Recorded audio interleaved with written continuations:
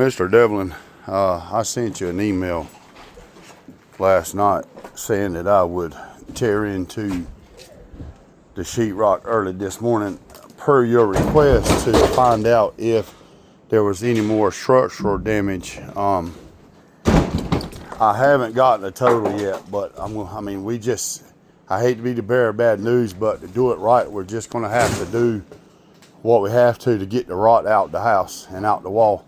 But so just to give you, a lot of this come out of that wall. I'll show you that in just a minute. You see the stairway going up to the third level. I'm on the second level, but first level deck. There's the trash trailer, my work trailer. But this is the window where the sheetrock was a problem over the, I'm trying to be careful about stepping because of nails. Over the window and then over the door and beneath the chimney. I don't mean to get too close, but I got to work around this pile of trash right here. If you look really close, you see that stud right there, right? This one is called a jack stud.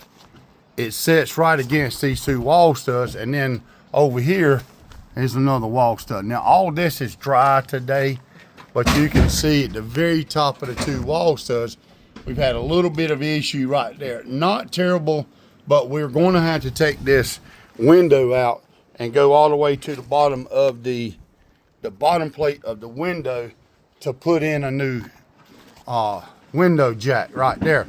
But that's no big deal. But here's the problem. You see that entire header? It's gone. It's missing. We dug it out, and then the top plate and the double top plate is gone. Now, here's the thing that I'm coming up with. Even though it may seem extreme to take the window out, but we've got to get the window out to get that jack put back in. There's just no way of doing it.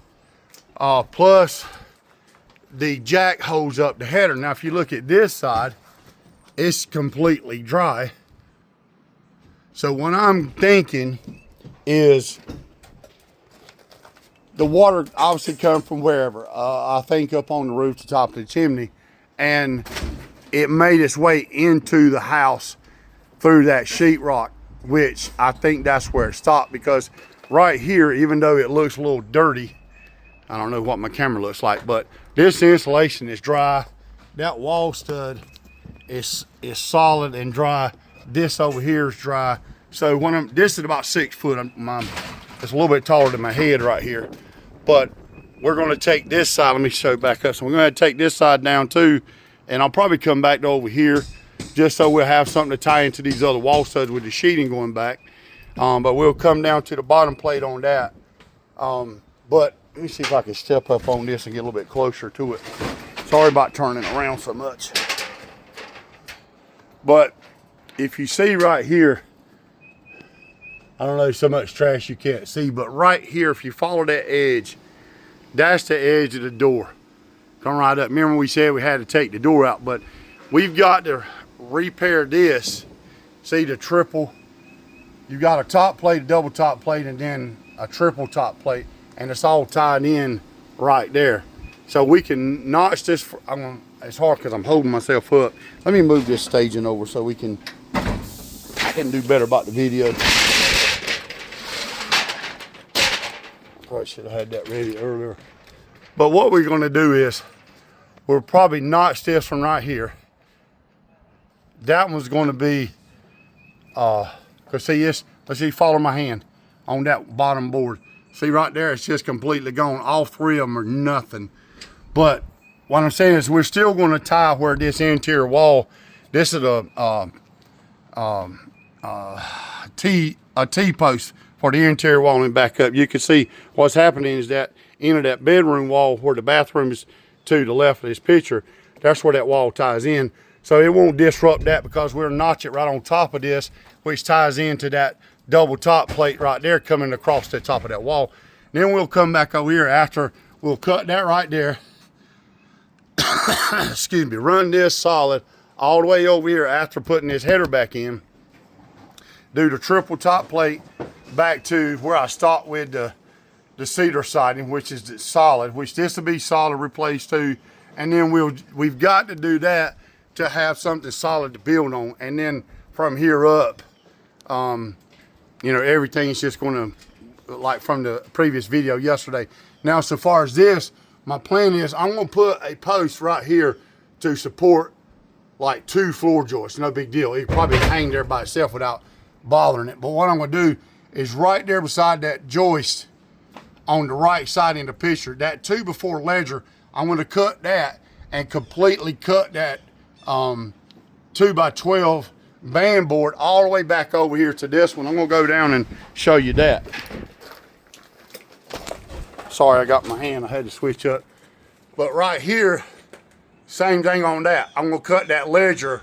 Right, you see the joint, the greener board to the left below the J channel. I'm going to cut right there. That whole board's coming out. So we can run these, all our framing straight up off of what we build off of right here.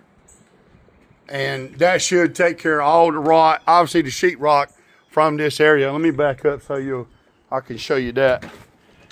Once we take that window out, you're probably looking at about 10 or 12 inches. We're gonna have to go back to that same wall stud where the siding or where the fanfold insulation stops. And then over here, you see the double stack. We're probably coming back that far. So 6 to 8 inches on the one. Actually, you see now that I'm seeing that where that wall was tied in, we'll probably go back to that inside corner of the back of the bathroom wall. So you got 8 to 10 inches on the left of that window, and then about 18 inches to go back to that other stud. And then also whatever's in the ceiling, it looks like, well, you can see the tail end, just the nose of one of those floor joists are bad, but we can marry into that after taking the sheetrock out from the ceiling in the bedroom. None of that's been done yet. I just wanted to expose this outside to see to the extent of the framing. But that's where we are, and I'm gonna try to put a bid together for you. But honestly, and I'm gonna be fair, but honestly, the only thing we can do really is just tear it out and replace it, because that header, every header is load bearing. You know, and that goes straight up. Well, you can see it's kind of offset of where the hole was for the chimney, but that goes all the way up to your roof. So we need to start at the beginning and put it back fresh, and that way it'll be solid long term. You'll be a whole lot better off. I'm kind of glad now that we didn't just put a Band-Aid on the upper level, because there was a problem on the lower level too that's kind of extensive. Okay, thank you so much.